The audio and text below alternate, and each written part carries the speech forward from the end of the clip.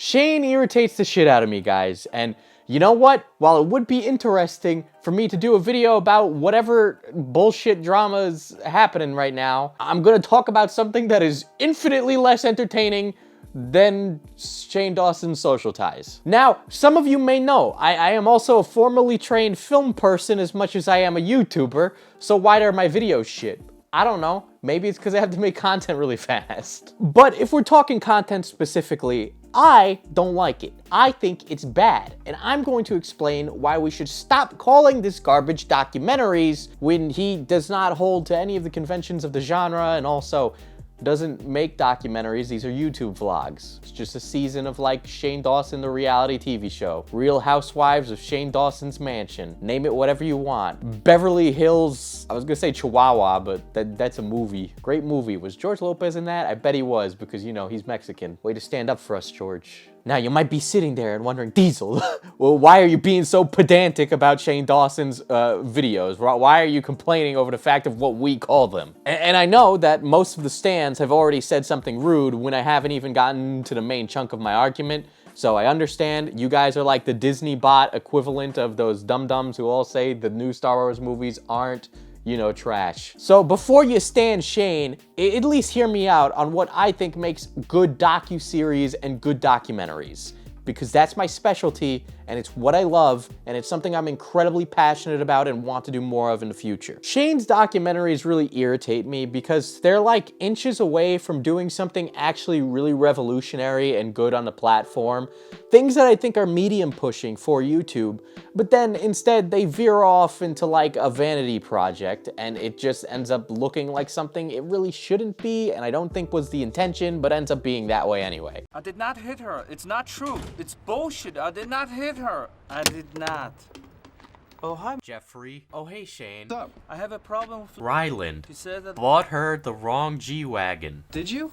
No, it's not true. Don't even ask. And it's this inch away from making a good documentary that makes Shane's YouTube videos really frustrating. Now, obviously, there's the whole part about making a documentary about yourself and how including yourself in that way is kind of like a really self-serving way to do it. When I look at something like that, when I look at the secret world of Jeffree Star, the makeup thing, the fact that he tries to present it as something more than what it is part of what makes it so hilariously, unintentionally pretentious. Like, I seriously don't know how anybody in the creative space that struggles to make a living or works really hard on their content can look at this clip where Shane Dawson's crying in the bathroom about how his merch game is weak in a time in YouTube when the merch game hasn't been stronger. Think of how many people could have told him otherwise, but he hasn't. Now, it's either that Shane picks really bad friends or he's just very out of touch.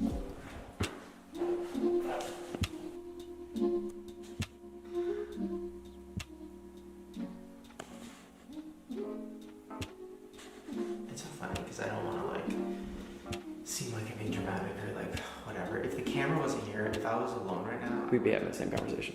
I can tell. Yeah. I can. It's just like, it's refreshing as hell. I mean, that's like my adjective for it. sitting through a meeting like that is a one-time thing.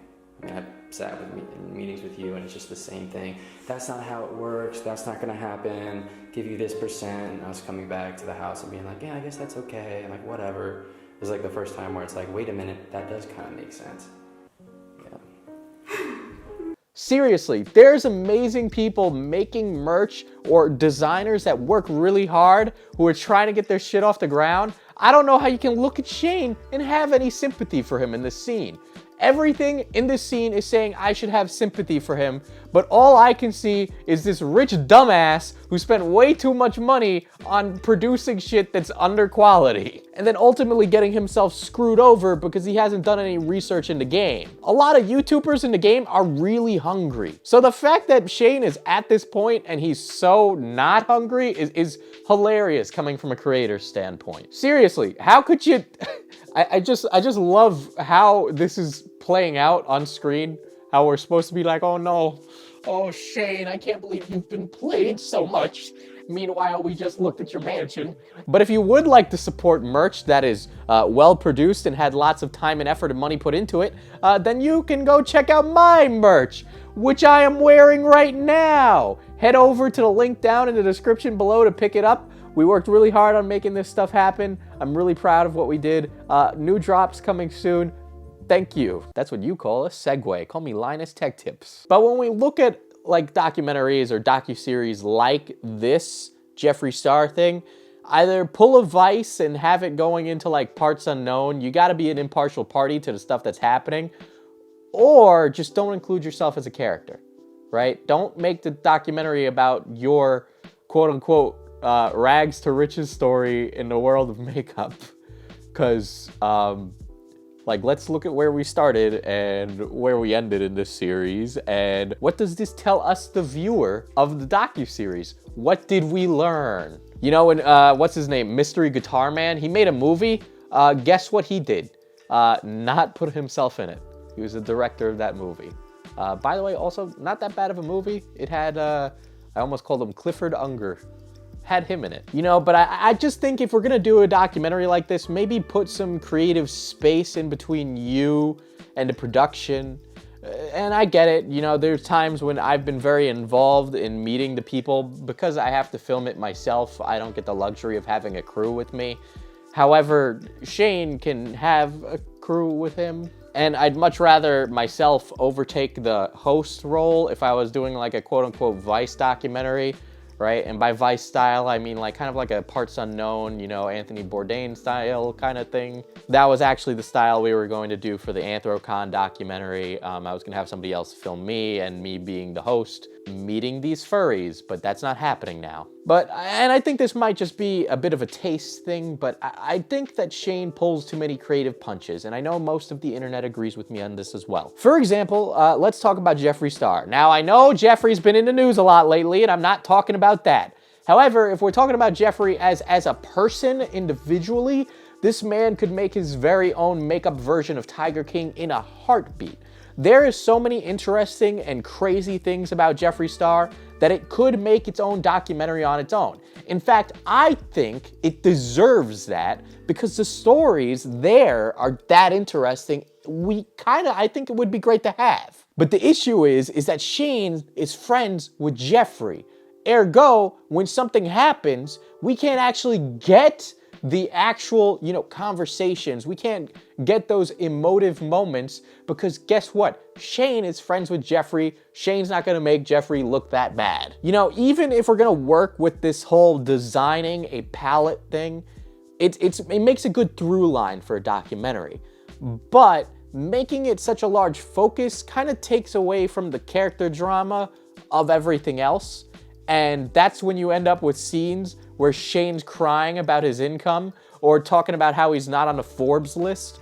While those sound like these are supposed to be sympathetic moments and we want to go on with this journey with Shane to becoming, you know, something more than what he is, what I see when watching that is a man who's bloated with his own narcissism. And this is the reason I compare it to Joe Exotic. With Joe Exotic, you get a couple of intersecting stories here. And here's what this allows, right? Here's what Tiger King allows. With these intersecting, differing opinions and all these different ideas flowing around, you get a very full picture of who Joe Exotic is.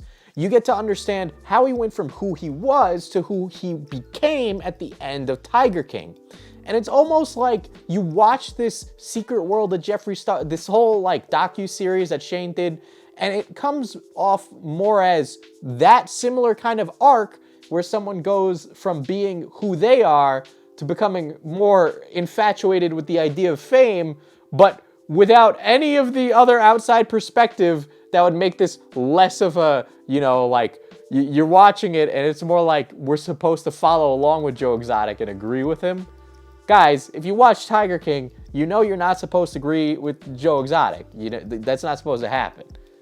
But the way that Shane structures this documentary and his videos in general is more of him kind of projecting his own sympathy for himself. You know, there's this kind of symbolism. We're looking for the signs in this that convey meaning. And what you say in a film has people who are film theorists go, well, what does this really mean to us?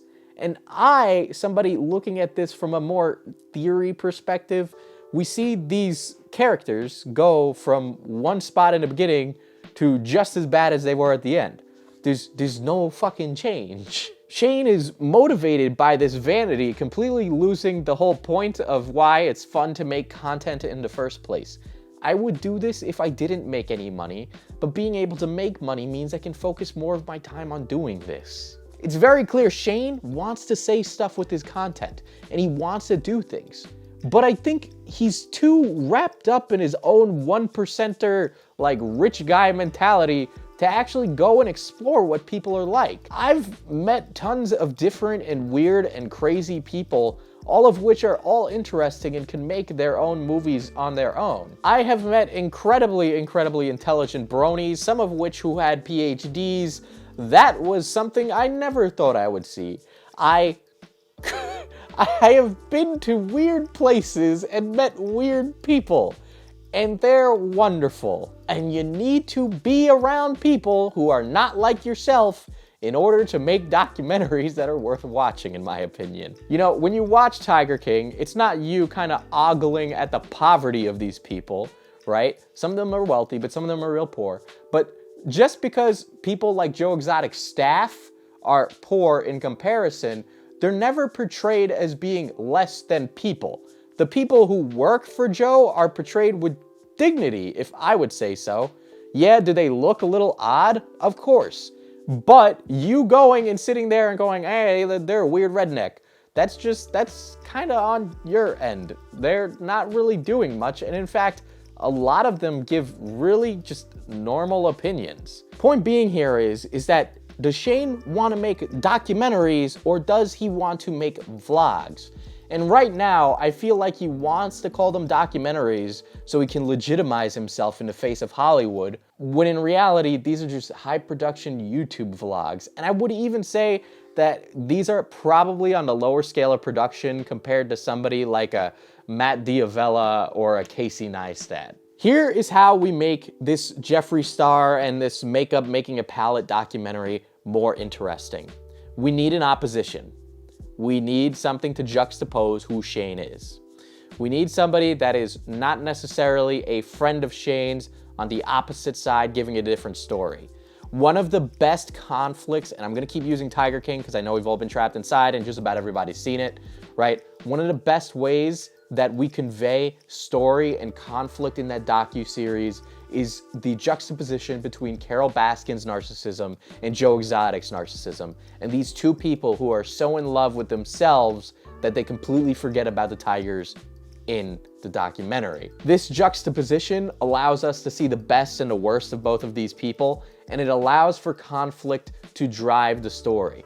There are things driving it from location to location. In Shane's series, there is a through line and a plot from beginning to end, but it's not really conflict, in my opinion.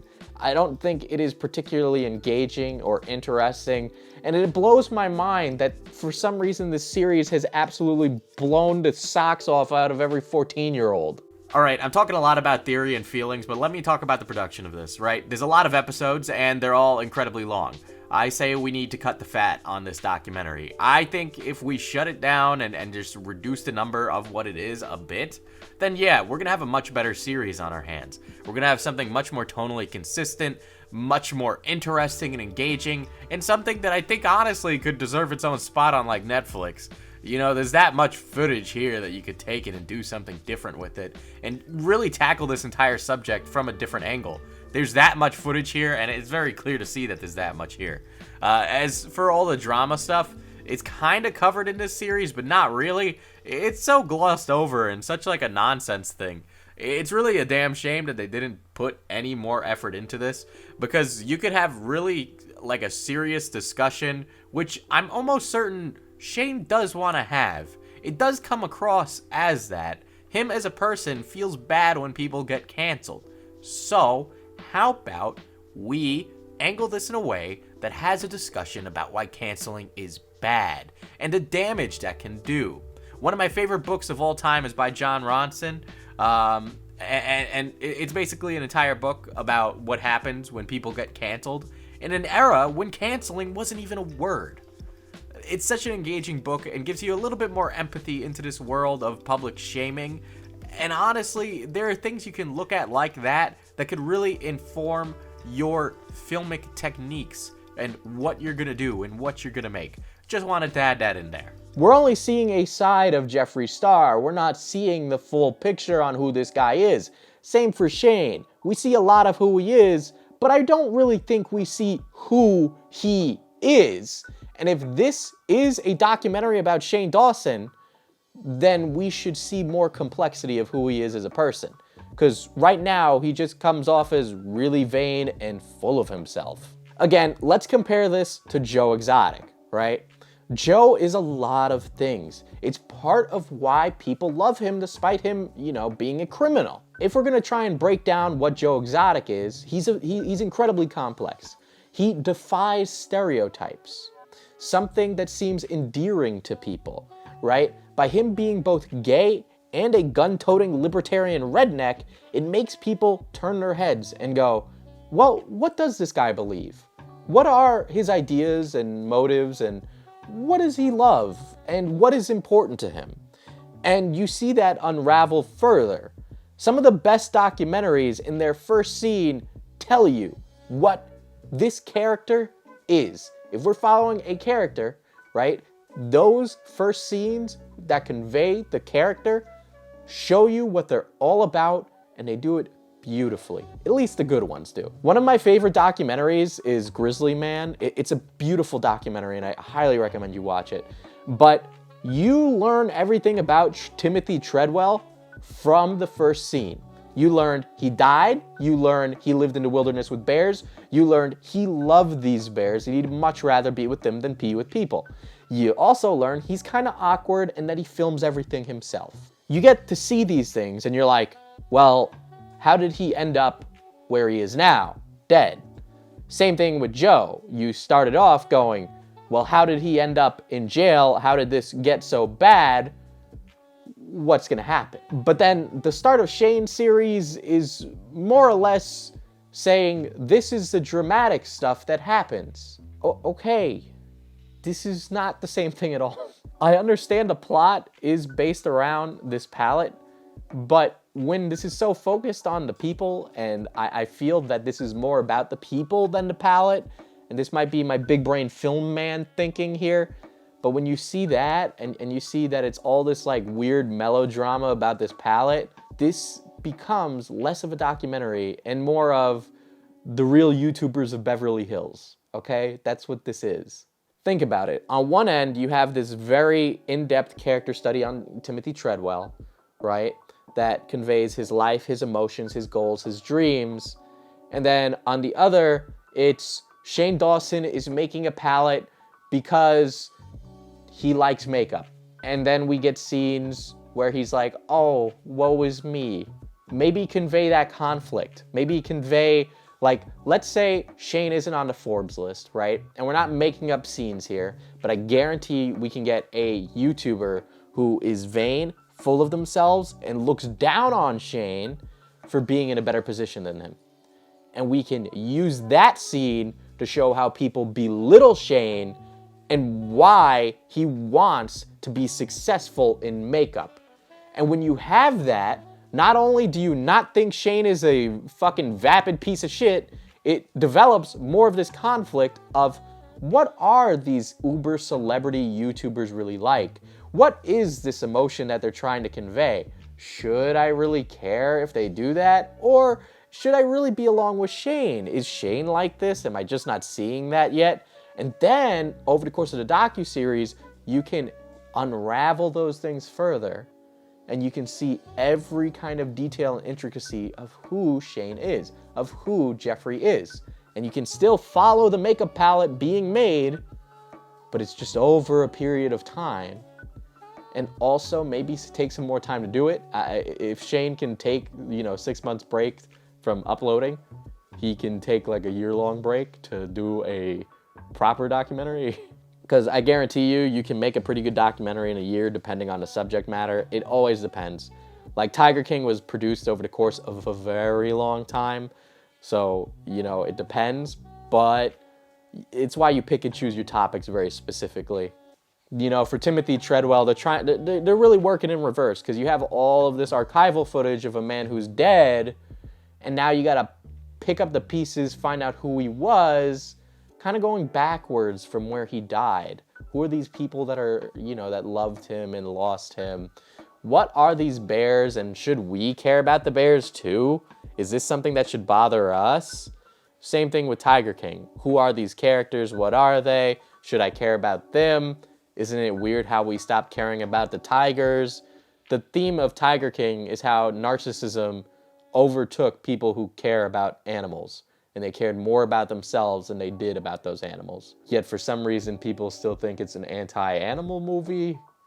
Okay, so yeah, with this juxtaposition of things, we can have different kind of conflicts and mini conflicts in the episodes of the docuseries, and it makes it a lot better, right?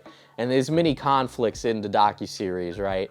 But they're more melodramatic than dramatic. And what I mean by melodrama, it's kind of just, it's a nothing drama, you know? It's just fucking nothing. What's a good example of melodrama? When somebody steals like the totem on Survivor, and it's actually like a producer like moving it somewhere, and now everybody has to act like it was stolen. You know, that's melodrama. Yeah, sorry guys, I'm pretty sure Survivor's rigged, just saying. If we're gonna keep doing docuseries, Shane, put more effort into the pre-production and production of the things you're making. Because you have the money and assets to do that. You need to up the budget for this filming crew, because this minimalist setup with the guy you know, you need some more here. You need some more, because I get like the guerrilla tactics of like moving the camera back and forth. That's fine, right? And it works most of the time, but it does contribute to a lot of it being really samey. You know, we're getting like medium high shots, just fucking back and forth, back and forth, back and forth, and people fucking talking. Give me a wide angle. Show me the room you're in. Where are you guys talking? Oh my God, I want to be in a different camera. I'm a DP, you know, I really love shooting behind the camera. I love when you're able to convey emotions with a camera angle. For example, oh my God, I wish they did this. When we first meet Jeffrey, please just give me more low angles. Give me a low angle. Make him appear powerful, because he is the gatekeeper between Shane having a makeup palette and having nothing. He is pretty much God in that story. You know, he should be portrayed as someone with a lot of power. He is someone with a lot of power. We want to convey those emotions to the audience. And you can do that with a documentary. You can show what kind of person they are by the type of lighting and camera. But most of the time, we just get fucking white lights from the office that we're in. You know, we're able to see things about Jeffrey, but imagine the power you get out of conveying what Jeffree Star is like without him saying a word. Jesus. And it does. It makes me so frustrated, because this is stuff I learned when I was 16. I didn't learn it in school. I got really lucky, and they put us into a program for underprivileged kids to work in filmmaking. You know, and I was able to do that, and it helped spark my love of working behind a camera. And you're able to do so much with that. You want to make Shane feel small and make him look more sympathetic when he's like, oh, I don't feel like I'm, you know, good anymore, or I'm not, you know, as good as I could be. Here's what we do. We shoot Shane where he looks small. We want him to look small in comparison to everything else in the room. Doing something like that will show us the emotions Shane is feeling. But if we convey Shane as looking small, we're able to convey his emotions without him saying anything. Maybe we have some YouTuber talking about how Shane is kind of shitty at making, you know, a makeup palette or something. And we get a shot of Shane in a room. It's a big room. we have him sitting there, and he's sitting there by himself. You know, he's maybe waiting for some people to come in. But we shoot it with a wide angle, so he looks really small in comparison to the rest of the room. And the room kind of engulfs him. Oh my God. Fuck, Jesus Christ. Now I'm mad, man. I'm mad because there's so much here Shane could do. And a lot of this is free, like, learning you can get online. And Shane's made a movie before, so it's not like he's, you know, never heard of just basic film techniques. I think Shane's worst trait as a creator is his incessant need to kind of be relatable, though, if we're gonna look outside of the filmmaking aspect of it. Even looking at, like, the series, we're able to see Shane is trying to be relatable, and I understand he comes from a place of poverty to begin with, and now he's incredibly successful, and I applaud him for that. But because he should know what it's like to be poor, he should be, you know, more sensible. You know, everything here that I've done and I've worked for and all my equipment has been gathered over years and years and years of work. And I work hard for it, and I understand where I've been and where I plan on going, hopefully. But, you know, again, it's like, I look at this and it comes off more like Shane's being like, oh, I don't want to wear Gucci unironically. It's like, if you made it, and you can enjoy those things, you know? But when you try to appear like some poor schlub everyman, but then also live in a house where you have just immaculate multiple bathrooms, you know, like, it just makes you come off as you're unintentionally parodying the tropes of all those mega YouTubers like Jake Paul who don't understand what a struggle is like. You know, I've met people in much worse places than me, and, you know, it's not like my family is well off either. I've talked about different stories on this channel before, you know.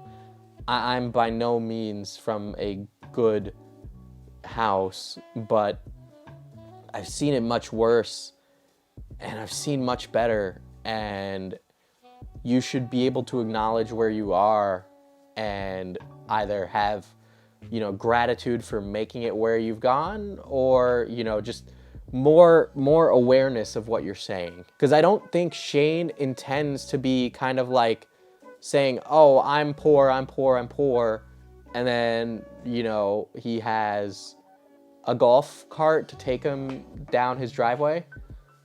I think that's more coming in him comparing himself to other people. But stop doing that, because that was one of the worst traits I've had as a creator, because you always want to make something better and do something better, and then you end up comparing yourself to somebody like fucking, for example, somebody I look up to immensely is Matt Diavella. Literally, I want to be like that guy when I grow up. But, like, will I? You know, obviously you shoot for goals, but sometimes you don't make them. But Shane, you've made a lot of goals. You can be grateful for what you have and still be relatable to people. Just because you're wealthy doesn't mean, you know, you need to pretend to be poor to be relatable. I don't think he's even doing it intentionally. But it's so frustrating. It's so frustrating, because I know he knows what it's like, which is why he should know why it's annoying when he says shit like that. Look, I think Shane needs to allow other voices in if he's gonna try this filmmaker shit again. I know he's done it before, and it was not good. Okay, so when we're talking about pre-production, I want to talk about his research skills, because they're fucking abysmal. For example, Shane did a conspiracy video, and this recent one had some things that had me rolling my eyes. But the thing with the conspiracy videos is that people look at these quote-unquote conspiracies and then take them as truths. And I understand in this day and age, it's really easy, myself included, but, you know, is the Chuck E. Cheese recycled pizza thing really something worthy of time? I don't think so. And also the fact that everybody thinks it's real. Too many people involved in that conspiracy theory for it to make sense. And the only reason I can give that argument is because I've made that argument before with conspiracy theorists. I used to do that all the time, saying why conspiracy theorists are wrong. That was literally almost all my old videos. The Champions one is like, this isn't even a documentary. It's like, yeah, it's bad that this retailer is marking up their same clothing to different brackets. The people who shop at Walmart aren't gonna shop at wherever the fuck they sell Champion clothes. So they're gonna buy Champion clothes from Walmart so they can appear to look like those people who buy it for $60 as well. And is it bad? Yes, but this isn't a conspiracy. It's just marketing. We can explain this. It's not a conspiracy. Part of the conspiracy videos should be you either confirming or denying, right? That should be what you're doing. And it's more you reaffirming your biases, right? With your dumb surprised face. Another thing is the Dasani stuff, and what in particular I want to talk about is the chemical in Dasani that's a preservative. Now, this Miles Power on YouTube, incredibly intelligent chemist. He, you know, goes up against the Alex Jones of the world and the people who say drink bleach, it'll cure corona kind of world, and he's incredibly intelligent. I really appreciate his work. But let's talk about this preservative, because this preservative is the crux of Shane's argument for why Dasani makes your mouth dry. And it does, but then there's also the added bonus of saying that because this is one of the chemicals used in a lethal injection, that Dasani is deadly. Now, this whole argument that, you know, unnatural chemicals kill, right, is like the whole basis of like Goop's shtick, right? That, you know, if it doesn't come from nature, I don't want to put it in my body. You know, I've looked at the periodic table and I can tell you that most of the things on there, they can be found in nature. We really run the risk when we say like chemicals, right? There's a lot of dihydrogen monoxide in the water. We start saying stuff like that, it makes people worried. But dihydrogen monoxide is just H2O. But when we use chemical names, it makes people worried. So the preservative used apparently is potassium chloride. And I was able to pull up some information on it. So I'm gonna read this. Potassium is vital in the human body, and potassium chloride by mouth is the common means to treat low blood potassium, although it can also be given intravenously. By the way, lethal injections are also given intravenously, but taking potassium chloride alone does not mean you are taking a lethal injection, right? The World Health Organization list of essential medicines lists it as one of the safest and most effective medicines needed in the health system. So yes, because it's used in a lethal injection, that could mean it could be used for bad. This is kind of like the same argument of saying brass instruments are just as deadly as bullets because they both use brass to make bullets. It's all about how you use the chemicals that can make them deadly or not. And I didn't even have to look hard to research that. It was really easy, one Google search, you know. It's stuff like this that's really frustrating, man, because this is how we get stupid people. Look, I understand that the conspiracy theories he's tackling are really like lighthearted ones. I don't expect him to cover like, why didn't Jeffrey Epstein kill himself? Which, by the way, did you know that Jeffrey Epstein was part of the Trilateral Commission? Look up what the Trilateral Commission is. Jeffrey Epstein was a member. That's not weird, right? I always think that's weird. I'd also like to say that I have no allergies and I am in no way feeling depressed or wanting to die.